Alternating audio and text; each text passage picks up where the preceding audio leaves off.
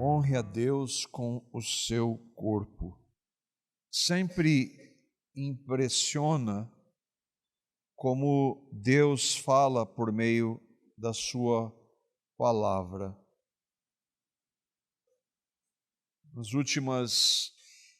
Nós temos estudado a palavra expositivamente. Nas últimas mensagens, como nós vemos Deus falando soberanamente por sua palavra, como as situações elas se encaixam naquilo que nós temos refletido. E hoje não vai ser diferente. Nós vamos tratar de santificação. A santificação, ela é prática. Ela deve ser vista, ela se manifesta. Mas eu quero começar enfatizando aquele que é o centro do Evangelho, que é a graça. Nós procuramos sempre, a cada mensagem, anunciar esse pilar da verdadeira fé, que as pessoas só podem ser salvas pela graça de Deus.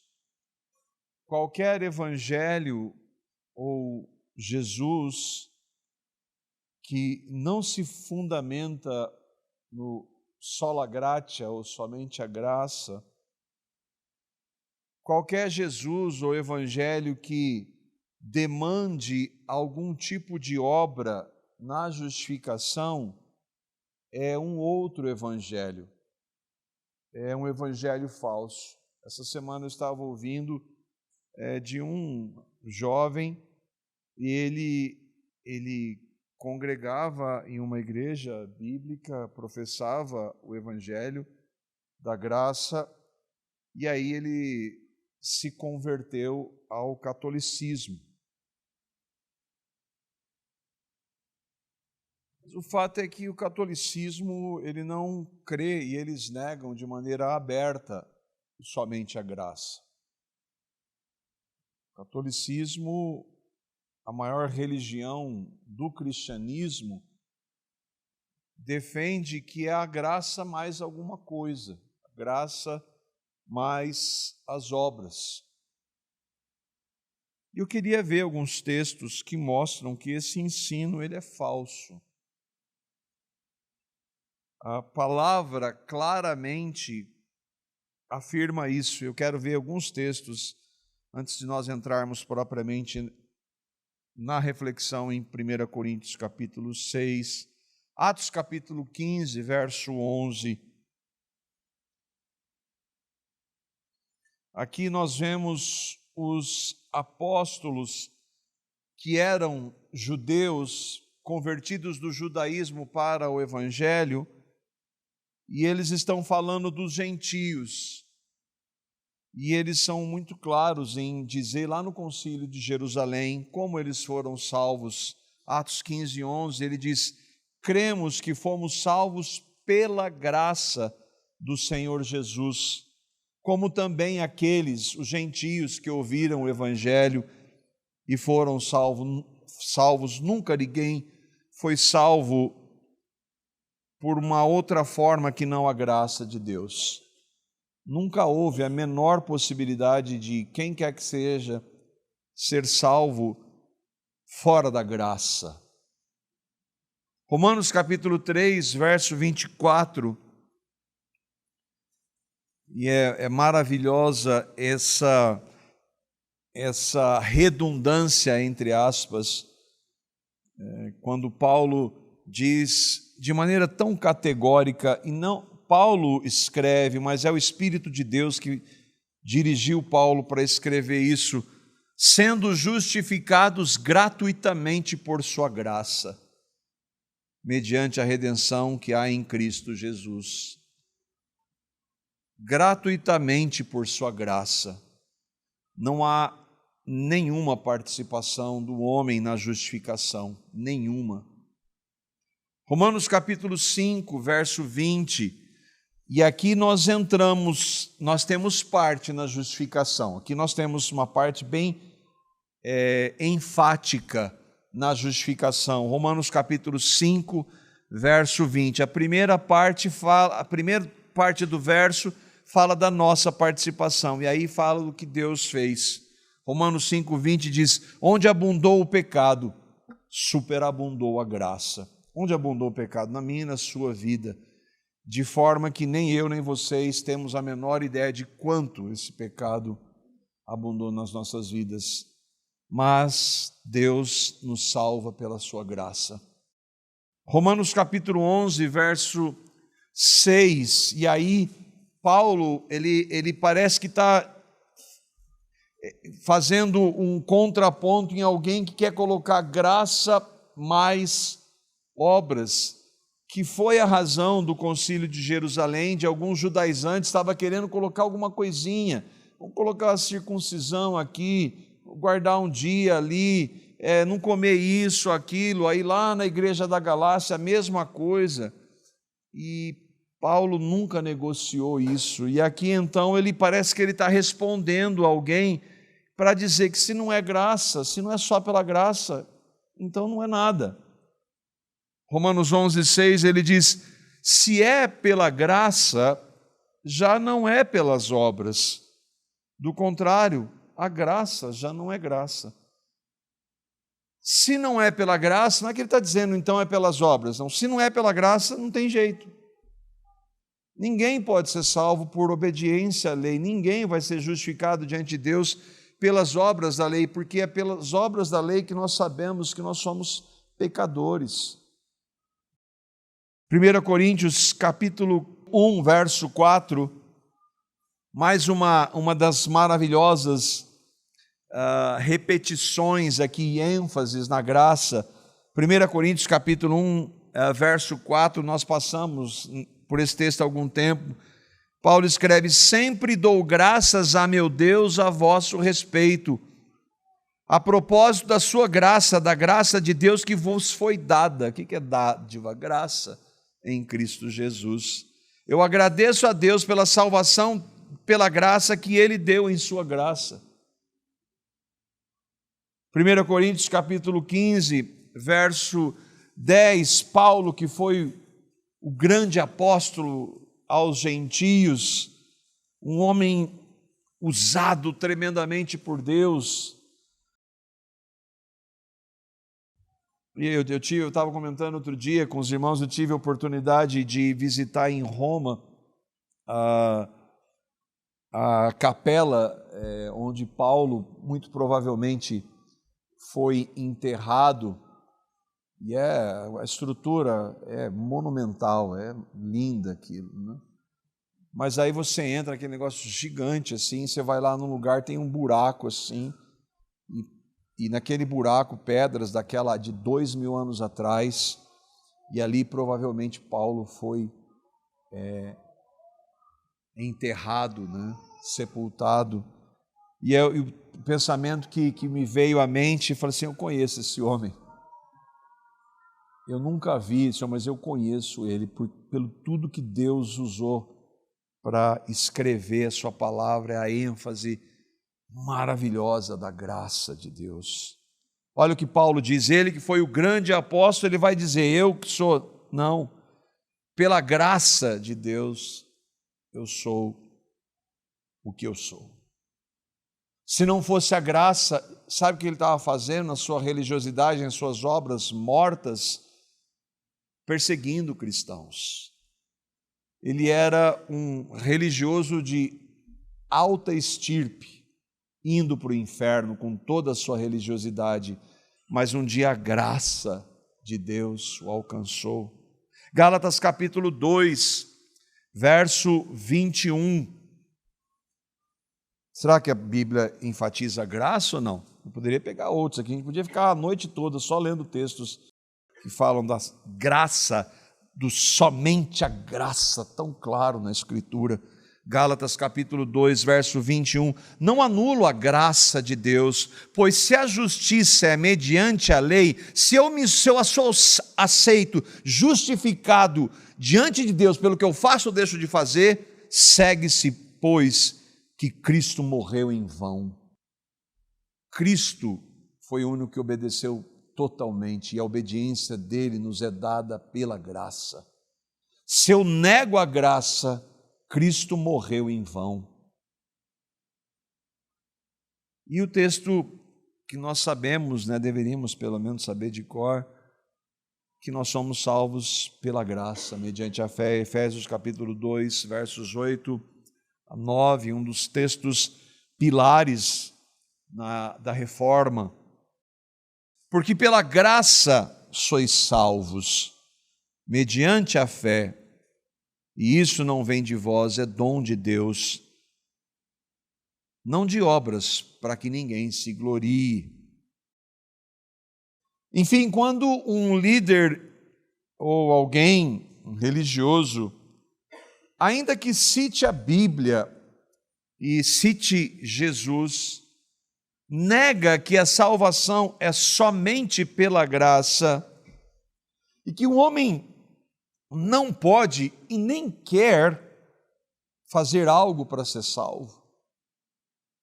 Quando alguém nega isso, quando alguém nega que o homem não pode contribuir em absolutamente nada com a sua justificação, ainda que esse homem, esse líder, cite a Bíblia e cite Jesus, que se diga cristão, esse é um falso cristão com todas as letras. É um falso profeta, é um herege, é um falso mestre. Negar a salvação somente pela graça é negar a verdadeira fé. A graça de Deus é o maior distintivo do Evangelho. E Paulo, ele disse que se alguém nega isso, que seja amaldiçoado. É muito sério, não? Então, por isso que nós precisamos enfatizar e pregar e anunciar sempre a graça, o Evangelho da graça de Deus. Por outro lado, esta mesma palavra que é claríssima em dizer que nós somos justificados pela graça, proclama que é impossível que alguém que tenha crido na graça possa viver no pecado. Veja, o que você tem que fazer para ser salvo? Nada.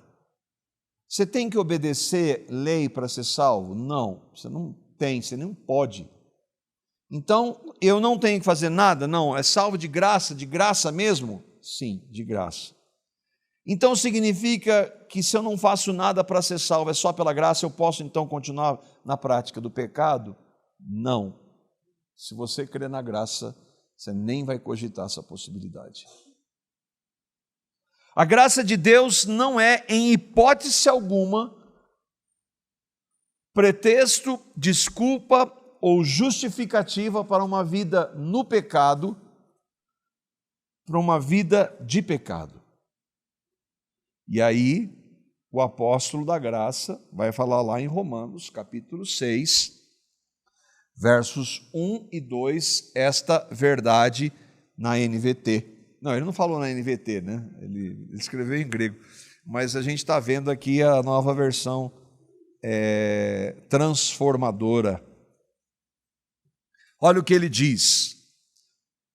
Pois bem, eu falei, trouxe vários textos, muitos deles que o próprio apóstolo escreveu. Pois bem, é a graça, somente pela graça, sim, isso é ponto pacífico, verdadeira fé, fundamento da verdadeira fé, sim, só a graça, é. Todo mundo que fala que é graça, mas alguma coisa é falso, é. Pois bem, devemos continuar pecando para que Deus mostre cada vez mais sua graça?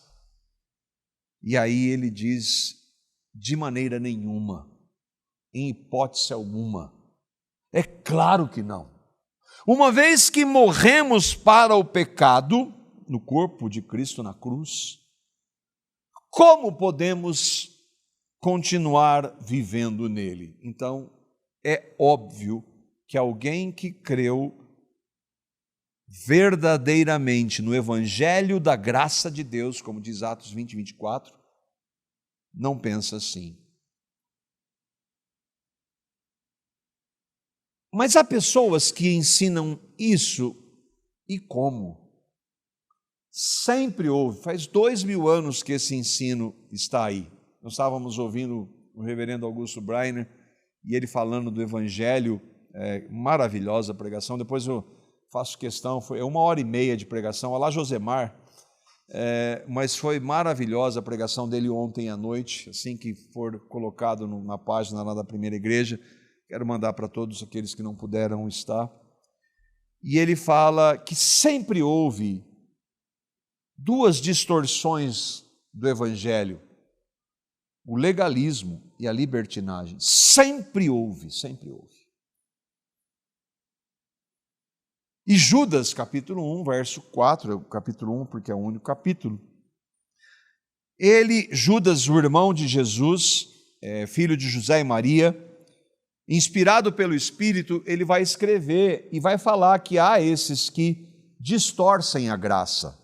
Quando alguém diz, então, se Paulo disse assim, posso continuar pecando para que a graça aumente? Eu falo assim, de modo nenhum. Mas tem gente que vai dizer, não, você pode continuar pecando para que a graça aumente. Esses são os libertinos, eles distorcem a graça. Judas escreve assim, no versículo 4, pois certos indivíduos se introduziram com dissimulação, olha como é. Eles se introduziram onde? No meio da igreja. Ele não se introduziu no meio do islamismo. Na época, obviamente, não tinha, mas estava no meio da igreja. Eles se introduziram com dissimulação, é estratégico. Há muito sofisma, há uma linguagem para enganar. Os quais, desde muito, foram antecipadamente pronunciados para esta condenação. Esses que anunciam esse evangelho da graça falso, eles já estão pré-determinados para onde? Para o inferno, para serem condenados por causa dessa mentira.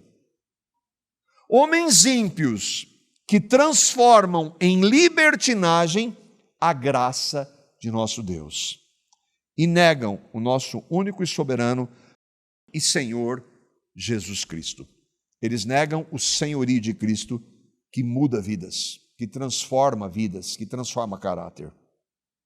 Deus está dizendo, por meio de Judas, que há pessoas que transformam a graça num pretexto para viver no pecado. Os que defendem isso, de acordo com Judas, são ímpios, ou seja, nunca creram no Evangelho, ainda que citem o nome de Jesus, ainda que citem a graça.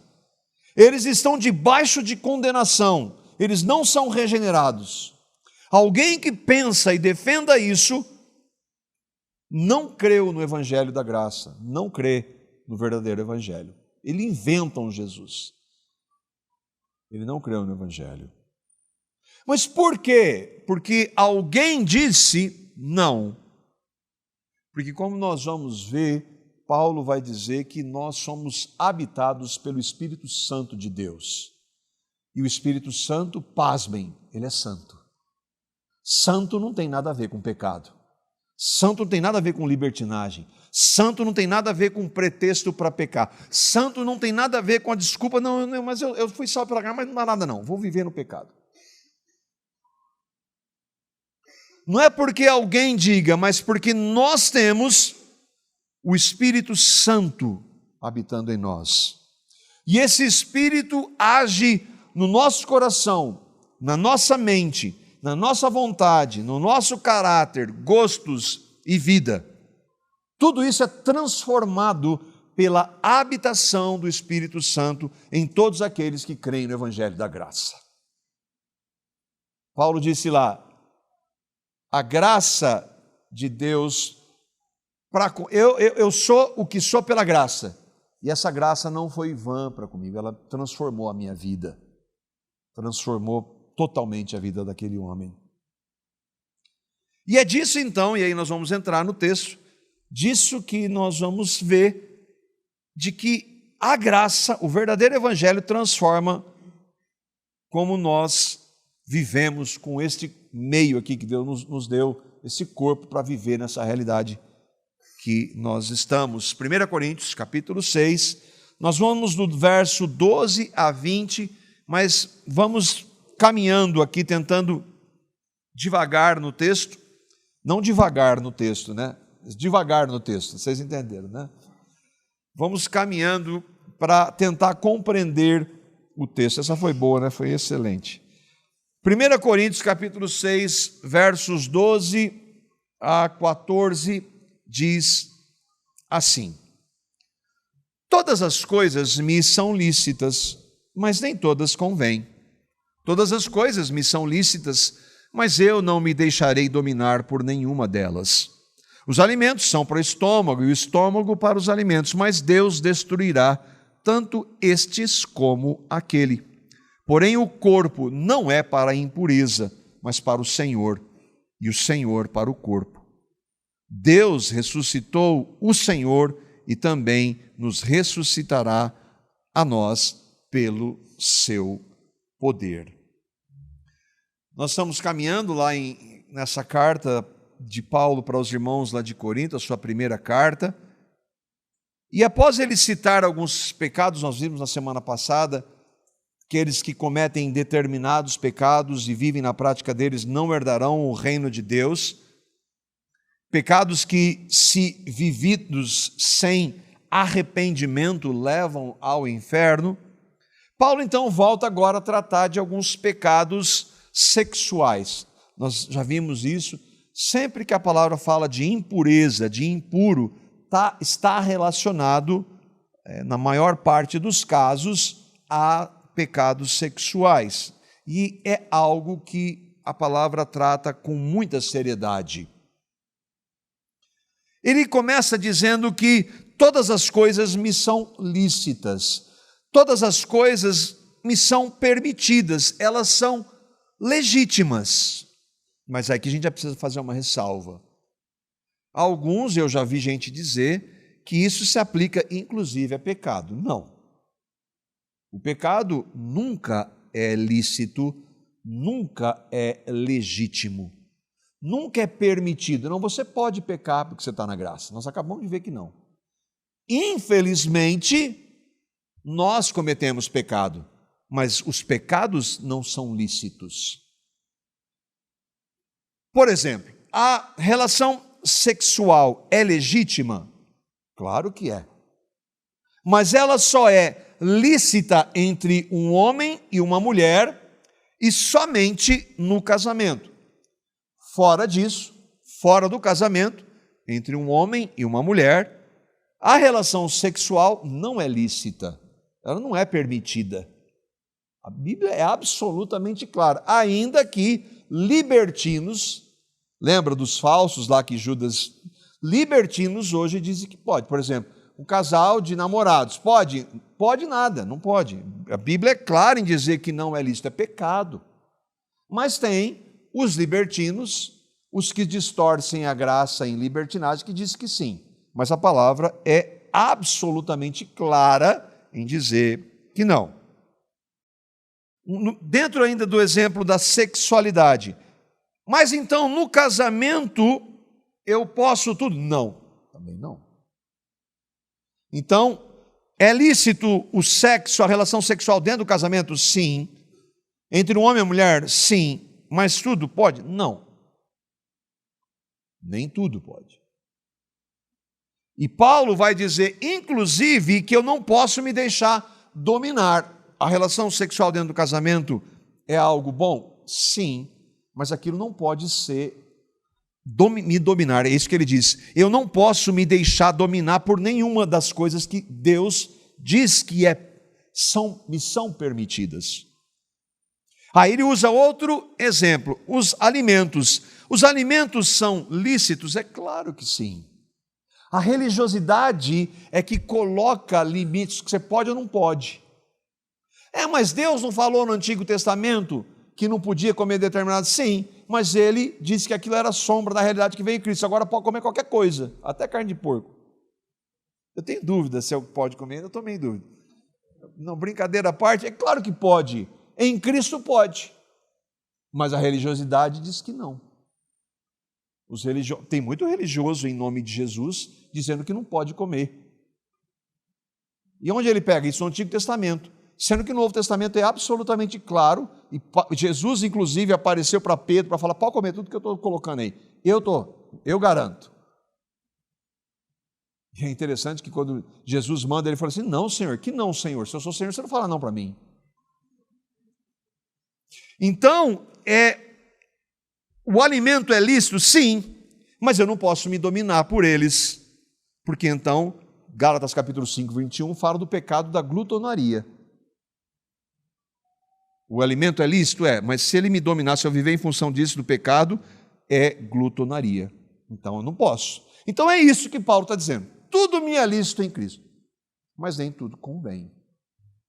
E aí então ele fala também aqui, o que ele está querendo no versículo 13? Os alimentos são para o estômago para os alimentos, mas Deus vai destruir tanto estes, os alimentos, como aquele, o estômago. O que ele quer dizer isso? Bom, isso um dia vai acabar. Nessa realidade, dentro dessa perspectiva, nós não vamos, a ideia, uma distorcida inclusive do catolicismo, não do catolicismo dos teólogos, mas a compreensão católica é de que a gente vai para o céu, vai tudo ser anjinho vivendo nas nuvens. Não, aqueles que creram em Cristo, e eu não estou dizendo que a teologia católica ensina isso, é uma compreensão de grande parte dos católicos. Eu mesmo, quando era católico, pensava nisso. Não, Deus vai criar novos céus e nova terra. Nós vamos ter o corpo glorificado, da importância do corpo, e Paulo vai falar sobre isso. E nós vamos comer lá. Jesus ressuscitado comeu, lembra? Então isso vai acontecer também na nova realidade. Mas o que Paulo está escrevendo aqui é que Deus vai destruir isso dessa realidade. E aí então ele volta a falar, ele falou dos alimentos para o estômago, ele volta a falar da impureza. E como eu disse, nós já vimos que essa expressão, olha o que ele diz: porém, o corpo não é para impureza. O corpo não é para nenhuma expressão de pecado sexual, mas é para o Senhor. O nosso corpo é para o Senhor. Existia na época, no início da igreja, e alguns irmãos vão entender que os coríntios defendiam essa ideia de que assim, o espírito equivale, você pode fazer o que você quiser com o seu corpo. João inclusive vai escrever que aqueles que negam a encarnação de Cristo são do anticristo, porque eles defendiam, os gnósticos, que não, você pode fazer o que você quiser com o seu corpo, que o importante é a parte espiritual. Paulo está sendo categórico, o nosso corpo é para o Senhor. O nosso corpo é para o Senhor. E essa expressão já deveria trazer muito temor para nós. Qualquer coisa que nós fazemos com o nosso corpo deve ser feito como para o Senhor. Isso é sério, não é, irmãos? E a impureza é uma das áreas que a carne, que a nossa propensão, ainda que nós já fomos crucificados com Cristo, como nós vamos ver Paulo dizer, e nós fomos crucificados, todos aqueles que creem no corpo de Cristo na cruz. A carne, que é a nossa propensão, ela ainda milita contra nós. O apóstolo Paulo vai falar assim, que o Espírito milita contra a carne, e há uma luta. E uma das áreas que a carne mais se manifesta é nos pecados sexuais. Você já notou que um dos primeiros pecados cometidos, entre os primeiros pecados cometidos, estavam a malícia? Vamos lá ver o texto. Gênesis capítulo 3, versos 6 a 7. Gênesis 3, 7. A malícia no sentido de um pensamento distorcido a respeito da sexualidade, do sexo. Olha o que Moisés escreveu, inspirado pelo Espírito. O texto diz: assim, Deus havia dado a ordem de não comer do fruto da árvore do conhecimento do bem e do mal. Lembra, a árvore não tinha nada de errado na árvore. O que estava errado era desobedecer a ordem. Aquela era uma árvore maligna. Foi criado por Deus. Falou assim, aquela lá você não come. Fui eu que fiz, ela é boa, mas você não come dela. E aí então, Deus deu a ordem para Adão e a mulher foi lá e desobedece. Vendo a mulher que a árvore era boa para se comer, agradável aos olhos, e a árvore desejável para dar entendimento, tomou-lhe do fruto e comeu, e deu também ao marido, e ele comeu. Abriram-se então os olhos de ambos. Ou eles estavam de olhos fechados? Não, né, irmãos? Eles estavam de olhos abertos, mas eles não tinham compreensão do mal ainda, porque eles foram criados muito bom. Deus os criou de maneira plena, sem nenhum pecado, nada de errado. E aí então, percebendo que estavam nus, mas eles não estavam nus, até aquela hora não percebiam nada disso, não tinha esse olhar malicioso. Percebendo que estavam nus, coseram folha de figueiras e fizeram cintas para si. O que eles fizeram aqui? Primeiro pecado foi de rejeitar a palavra de Deus. O diabo disse, não foi assim que Deus disse. Então eles rejeitam a palavra. O segundo pecado foi, eles quiseram ser como Deus. Mas eles não, Eva. Não, mas Adão, alguns irmãos vão entender que Adão está do lado dela ali.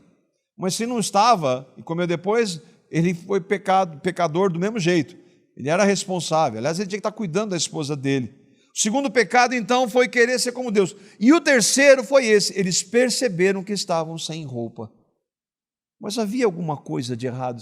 Claro que não. Deus havia criado Adão e Eva assim. Eles eram marido e mulher. Só que no momento que há a entrada do pecado, a consciência do bem e do mal começa a reger a vida daquele casal. A consciência do mal entra na mente. E aí, irmãos, esse é o terreno mais perigoso que nós enfrentamos, a nossa mente. A palavra fala que é do coração do homem que procedem os pecados. Mas entenda, não é do coração o órgão. Mente e coração na Bíblia muitas vezes vão dizer do que o homem é em essência. E a nossa mente, ela é um terreno fértil, tanto para o mal quanto para o bem. E foi o que aconteceu. Naquela hora entra a vergonha. Por quê? Por quê? Por causa da queda, do pecado. Então olha como a questão sexual já entra no início, logo após a entrada do pecado da queda. Eu peguei essa citação dos irmãos de um site que chama Answer in Genesis, e eles trabalham muito da criação, são homens muito centrados na palavra, defendem muito a proposta da criação recente. E um irmão que chama Buddy Hodge escreveu assim: a nudez não era um pecado, mas uma percepção caída da nudez, e a vergonha associada estava incluída nas tristezas e angústias mentais que eles sentiam agora. Então a nudez não era pecado, mas a partir do momento que entrou o pecado, aquilo afetou. Ainda hoje a nudez está ligada à vergonha, já que as pessoas em todo o mundo usam roupas. Então, por que há isso? Por quê? Porque a nossa mente é pecaminosa. E é sempre importante nós lembrarmos, irmãos, a sexualidade e o relacionamento sexual são coisas boas. Aliás, elas são coisas o quê? Muito boas. Quando Deus, no capítulo 1 de Gênesis, tudo que ele cria, no final, verso 31, tudo que ele havia criado era muito bom. E ali ele já falou do marido e da mulher e que eles teriam filhos, o que, obviamente, só é possível dentro do relacionamento sexual. Era tudo muito bom.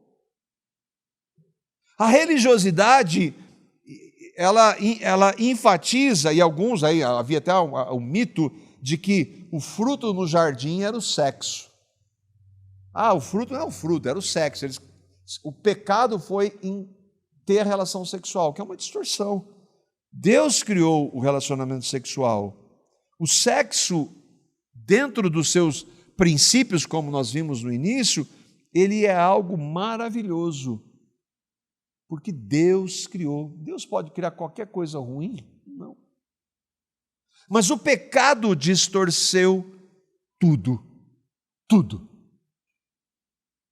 inclusive a sexualidade. E aí é por isso que hoje nós vivemos num mundo onde tudo praticamente tem essa influência. É impressionante. Quase tudo envolve sensualidade e uma sensualidade pecaminosa. Entra numa página de notícias e dá uma olhada lá, quantas notícias não vão se destacar por distorções de sexualidade? Um monte. Apelos para a promiscuidade, para a sexualidade distorcida. Sem contar as propagandas. A beleza hoje está totalmente associada à sensualidade pecaminosa. Isso entrou na igreja. Aliás, nós estamos conversando, nós vamos tratar disso com as mulheres e com os homens separadamente, porque isso está sendo, nós somos influenciados, então nós vamos tratar de maneira muito prática a modéstia cristã para as mulheres e vamos falar para os homens cuidar das suas mulheres. Tem homem que não está cuidando, não. Tem homem que está mostrando a sua esposa para os outros. Desculpa a expressão, é imbecil fazer isso. O único homem que pode ver a beleza da sua esposa é o marido. Se você não tratar isso com sabedoria, você vai começar a querer mostrar, você está indo para um caminho do capeta. E a gente vai tratar um pouco sobre isso na reunião, uma das reuniões com as mulheres e também com os homens. Mas o fato é que tudo, a moda é sensual. Impressionante que grande parte dos estilistas de moda são o quê? Gays. Já reparou nisso, né? Bom, então não dá para ver muita coisa boa ali, né? Filmes, novelas, propagandas de TV, tudo promove a sexualidade pecaminosa. O pecado do adultério virou, em inglês é affair. Em português virou caso de polícia, caso contra a lei de Deus, adultério, o nome é assim, adultério. Não chama de caso, não, é adultério. O pecado homossexual virou amor, virou casamento. Não, é pecado. Abominação, contrário à natureza. O pecado da orgia virou poliamor. É impressionante. A pornografia, que é uma das maiores indústrias do mundo, é uma desgraça tão destruidora que até mesmo os ímpios estão vendo que foi longe demais. Até ímpio. Então, a distorção da sexualidade, da relação sexual, por causa da queda, atinge todos nós, das mais diversas formas. Você vai para casa, você vai passar em algum lugar, você vai ver alguma expressão de distorção de sexualidade. Vai ou não vai? No outdoor você pode ver. Por quê? Porque essa é uma área que foi totalmente afetada pela queda. O irmão Jay Adams, que é um conselheiro bíblico, ele escreve assim, aí ele falando daqueles dos libertinos, ele escreve: os liberais têm uma maneira de renomear as coisas para torná-las aceitáveis, aí falando especificamente da sexualidade. quando o ex-presidente Clinton cometeu adultério, ele chamou isso de erro. Não, foi pecado. Todo mundo sabe que as palavras escolha e feto têm sido usadas para justificar assassinato. Assassinato de crianças no ventre. A escolha, feto, isso é assassinato. Fruto, muitas vezes, de uma relação pecaminosa. Grande parte. Recentemente, escritores politicamente corretos cunharam a frase casamento entre pessoas do mesmo sexo. De uma perspectiva bíblica, contudo, um nome próprio para essa atividade é homossexualidade legalizada. É pecado. Nunca chame a relação homossexual de casamento. Casamento, como nós já vimos, é um homem e uma mulher. Então, é diante desse cenário horrível que Deus, inspirando Paulo pelo Espírito, vai dizer o que nós vamos ler aqui no versículo 13. Ele diz assim, versos 12 a 14, e ele diz no versículo 13, né? Todas as coisas me são lícitas, mas nem todas convêm. Todas as coisas me são lícitas, mas eu não me deixarei dominar por nenhuma delas. Os alimentos são para o estômago, o estômago para os alimentos, mas Deus destruirá tanto estes como aquele. E aí ele diz, porém o corpo não é para impureza. O corpo não é para nenhuma influência de sexualidade pecaminosa, como nós vimos. O corpo não é para impureza, irmãos. Paulo diz que o corpo de um cristão jamais deve ser usado para qualquer pecado sexual. E quando nós lemos isso, a gente já pensa normalmente no ato sexual em si, mas é muito mais que isso. Impureza sexual começa onde em primeiro lugar? Aqui. É aqui. E aqui é corpo. Ainda que a nossa mente ela não seja material, ela se manifesta num componente físico do nosso cérebro. Então, a mente não é para impureza. Daí a razão clara de pornografia ser pecado. De você estar alimentando algo promíscuo em sua mente. E aquilo não tem limite. Então, a nossa mente deve ser mudada. Os nossos olhos. Daí, então, nós falarmos e temos que tratar, e às vezes tratar especificamente, às vezes com uma irmã, essa roupa não é conveniente, ela é sensual, então você tem que tomar cuidado. Porque passa pelos olhos. O que nós ouvimos. O que tem a ver os ouvidos? Efésios, capítulo 5, versos 3 e 4. Hoje era aniversário de um amigo de muitos anos, ele não é cristão. E assim, a última vez que... Fazia muito tempo que eu não encontrava, né? E a última vez que nós nos encontramos foi muito ruim, assim, eu não tenho mais... Eu quero evitar de encontrá-los, porque não tem condição de estar numa roda com eles, porque toda a conversa deles é suja. Olha o que Paulo vai dizer para nós que cremos em Cristo, Efésios capítulo 5, verso 3 a 4, estamos falando dos ouvidos, né? E é, por consequência, o que se fala. Entre vocês não deve haver nem sequer menção de imoralidade sexual, nem de qualquer espécie de impureza, nem falar, que piadinha, não quero saber de piadinha. Que piadinha. Nem de cobiça, pois essas coisas não são próprias, não convêm para os santos. Não haja obscenidade, nem conversas tolas, nem gracejos imorais, que são inconvenientes, mas ao invés disso, ações de graça. Então, o que a gente ouve, Ah, conversa, não quero saber, não quero participar disso. Por isso que se você está, eu já falei sobre isso, quero dizer, se você está num grupo de WhatsApp com seus amigos, sei lá quem for, e tem essa conversa constante, saia. Não é, eu não vou ver, não, saia disso aí. Nós vamos ver que Paulo fala, fuja da imoralidade sexual. Tempos atrás, nós estávamos, até o grupo pessoal que jogava bola aqui, não daqui da comunidade, mas de alguns que jogavam com a gente lá sempre, e uma boa parte deles era de ímpios, né?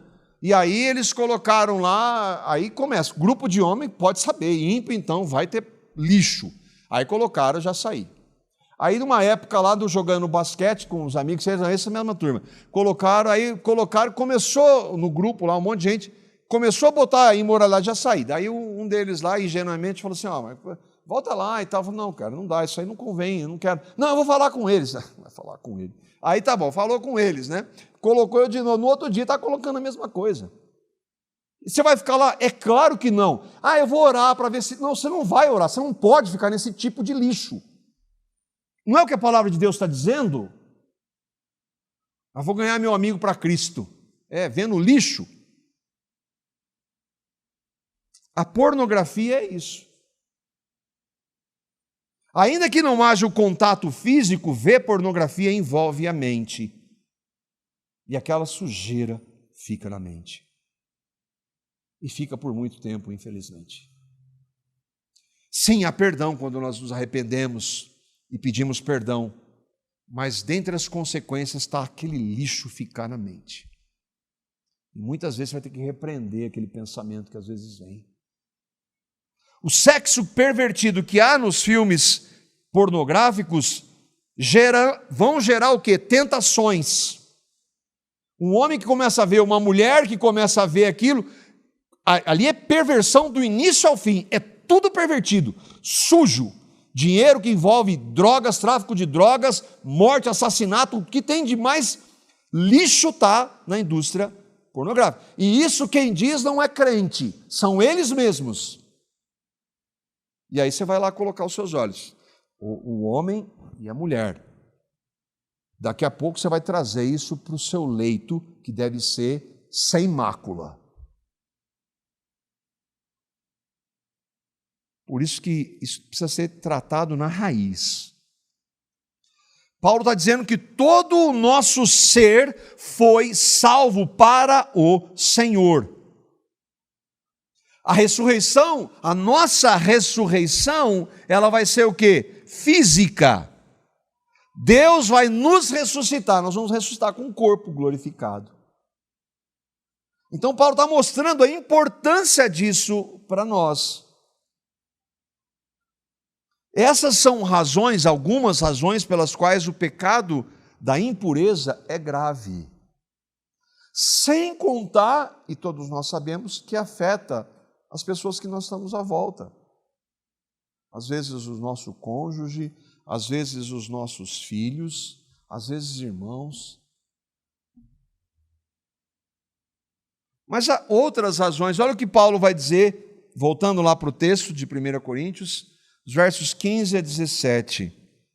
Lembra que Paulo está nos levando a refletir por que o nosso corpo não é para impureza. E aqui então é de clamar misericórdia diante do Senhor. Olha o que ele diz: não sabeis que os vossos corpos são membros de Cristo? O que ele diz aqui é muito sério. E eu, porventura, eu, Paulo, que sou cristão, o meu corpo é membro de Cristo, eu, porventura, tomaria os membros de Cristo e os faria membros de meretriz? Absolutamente não. Eu vou me envolver num relacionamento sexual contrário à palavra? Não. Eu vou colocar o meu corpo para assistir algo que é contrário à palavra de Deus? Não. Eu estava conversando com os meus filhos recentemente. E aí, vamos ouvir isso, vamos ouvir aquilo e tal. Aí, então tá, vamos lá, vamos sentar que vocês vão ouvir as músicas. Eu peguei 2 letras, e aí? Olha isso aqui é algo de acordo com o que vocês creem ou não? As músicas fazendo a apologia ao sexo pervertido. Aliás, eu creio que nós, irmão do presbitério, a gente vai conversar um pouco mais sobre isso, especialmente com jovens. Você crê em Cristo? O que você está cantando, ouvindo, isso glorifica a Deus? Bom, é óbvio que não. Você sabe. Você acha que esses cantores do mundo, que não tem nada a ver com Cristo, quando eles falam da sexualidade, eles estão falando de qual perspectiva? Você não precisa ser um estudioso, é pouquinho. Ah, mas tem uma música, tem 30, mas tem meia música que não fala nada. Mas e as outras 29,5? Que fazem apologia ao pecado. Como é que você vai ouvir? Como é que você tem condição de ouvir? Não sabeis que os vossos corpos, o seu ouvido, é membro do corpo de Cristo? Como é que você vai se permitir para ouvir esse tipo de lixo? Mas ele está falando da meretriz, do sexo. Irmãos, o corpo nosso não é composto, é composto também dos nossos olhos, dos nossos ouvidos. É ou não é? O que você canta, é ou não é? Não falamos. Paulo disse assim, nem sequer haja menção disso entre vocês. Não convém. Por isso, quando eu conversei com eles, vocês creem no Evangelho? Sim. Então, não convém. Não convém. Isso é pecado. Cristo morreu por causa desses pecados. E aqui, olha só, não sabeis que os vossos corpos são membros de Cristo? E aí, uma das doutrinas maravilhosas é da nossa união com Cristo. Gálatas capítulo 2, verso 20. Às vezes, eu via isso em algumas vezes, a gente às vezes espiritualiza a doutrina da união com Cristo, como se ela não tivesse nada a ver com a realidade física. Bom, isso é uma distorção.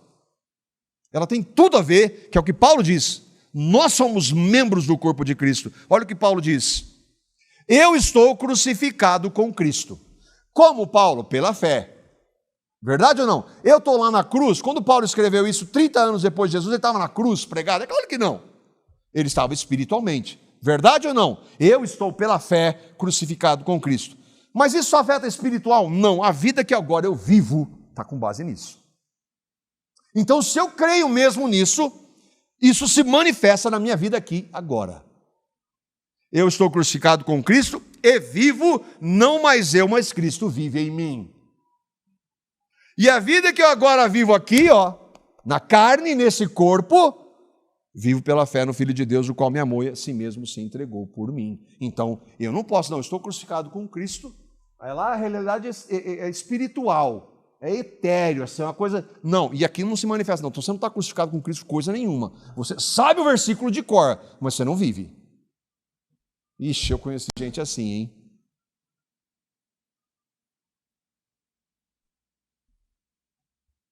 Olha o que ele vai dizer nos versos 16 e 17. Ou não sabeis que o homem que se une a prostituta forma um só corpo com ela? Porque, como se diz, serão os dois uma só carne. Paulo está falando disso, e que Jesus disse, e que Deus disse no início. Misericórdia. Misericórdia. A palavra ela não explica o que significa ser esse uma só carne, um só corpo. O que isso significa? E eu vou ler os irmãos, eles tentam, e ela não explica o que isso significa, mas o que é claro é que ainda que nós não saibamos como isso se dá, essa união, ela é física, ela é muito mais do que física, é que a relação sexual, ela não é só aquele ato ali e que não tem nada a ver depois. Quando um homem se une a uma mulher, há uma união maior do que a união física. Por isso que não pode acontecer. Por isso que a palavra é tão clara em dizer. E é então, diante da seriedade do pecado sexual, que Paulo vai alertar no versículo 18. Sabe o que você tem que fazer? Encara. Bate de frente. É isso que ele diz? Não. Olha o que ele diz no verso 18. Fuja disso. Fuja da impureza. Fuja da imoralidade sexual. Não dê brecha, porque uma coisa você pode ter certeza absoluta, e se você já incorreu nesses pecados, como eu digo com tristeza, sim, eu e vocês não dominamos.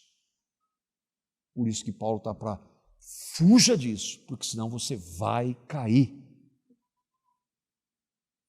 Fuja da impureza. Qualquer outro pecado que uma pessoa comete é fora do corpo, mas aquele que pratica a imoralidade peca contra o próprio corpo. Fuja de qualquer distorção da sexualidade que Deus criou. Está de acordo com a palavra? Não, então fuja. Não ache que você vai dominar, porque você não vai. Não vai.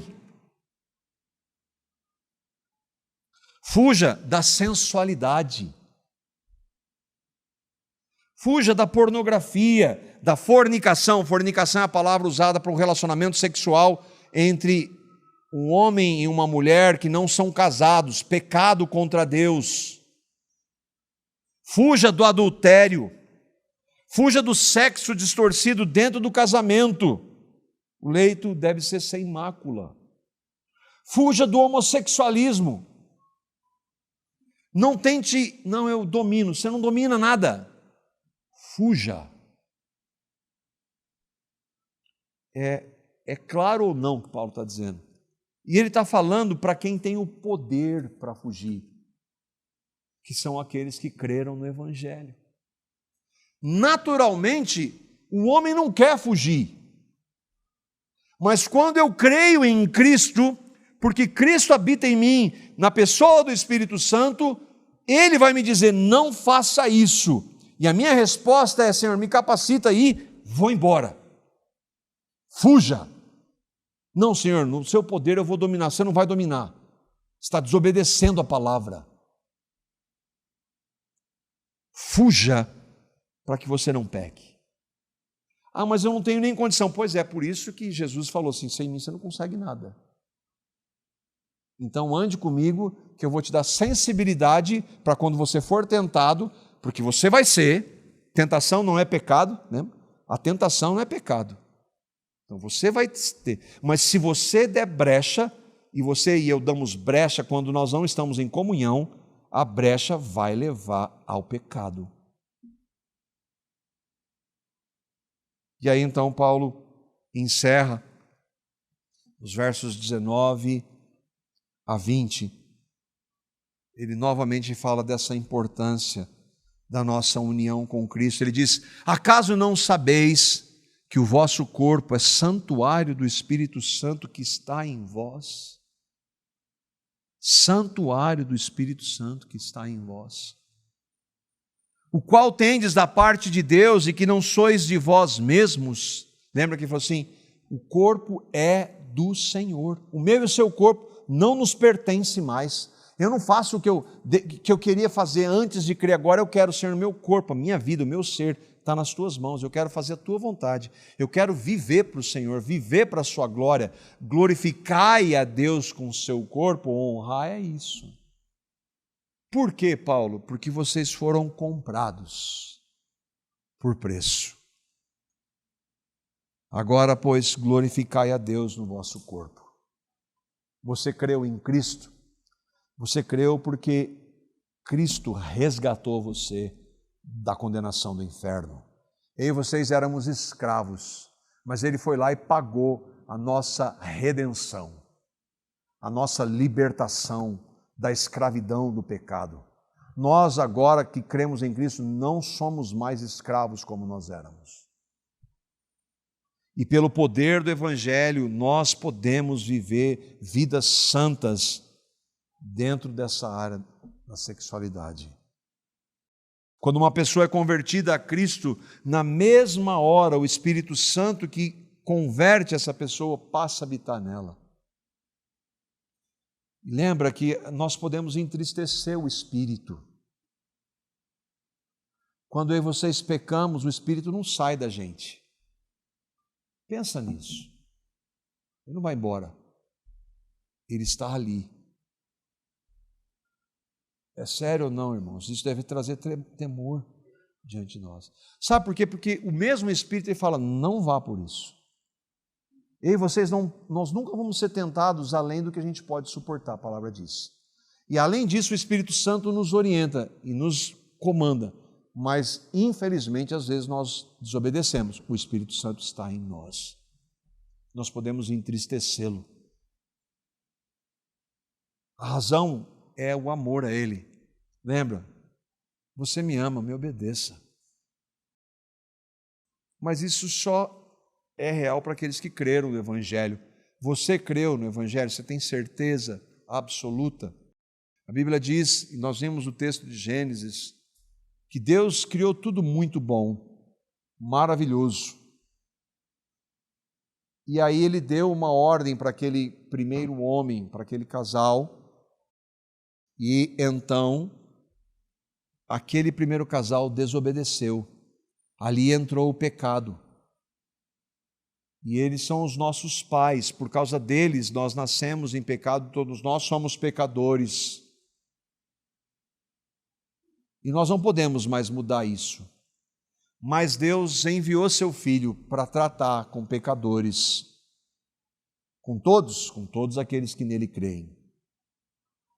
E Deus amou de tal maneira os seus que Ele deu seu Filho. Nós somos muito pecadores, mas nós lemos, onde abundou o pecado, superabundou a graça.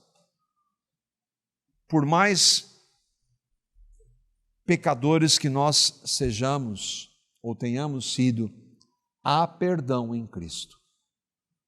Perdão pleno, total, se nós crermos nele e nos arrependermos. E se eu ainda cair nesses pecados, mesmo tendo crido em Cristo, há perdão em Cristo. Sempre. Agora, é justamente porque há perdão e por causa desse amor que eu não consigo entender, é que nós somos levados a, Senhor, eu não quero pecar contra o Senhor. Eu não quero entristecer o Senhor. Não permita, Senhor, que eu peque nessa área. Me capacita a fugir disso, Senhor, por amor a Ti. Como é que você tem vivido? Você tem glorificado a Deus, honrado a Deus com seu corpo, com seus olhos, com a sua mente, aquilo que você ouve? Se você creu em Cristo, se você que está aqui creu em Cristo e tem cometido pecados, o Espírito Santo está falando com você agora. Você vai fazer o quê? Você vai procrastinar, vai relativizar, vai tentar justificar o que você sabe que você não consegue, ou vai diante de Ele e falar, Senhor, tenha misericórdia de mim, eu pequei contra o Senhor, me perdoe. Se há arrependimento, há perdão. Vá diante dEle, clame, tem misericórdia de mim, Senhor. Peça perdão e receba o perdão que foi dado há 2000 anos na cruz. Cristo morreu há 2000 anos por mim e por você que cremos. Então o perdão já foi dado antes mesmo de nós existirmos. Que dúvida que o perdão dele é para os pecados passados, presentes e ainda que a gente possa vir cometer. Já foi tudo perdoado na cruz. Mas é fundamental que se eu e vocês pecarmos, nós nos arrependamos. O que a gente pode aplicar? Primeiro é isso. Se você pecou, dê nome ao seu pecado, vá diante do Senhor e peça perdão. Se o seu pecado ofendeu pessoas, vá com essa pessoa e trate, me perdoe.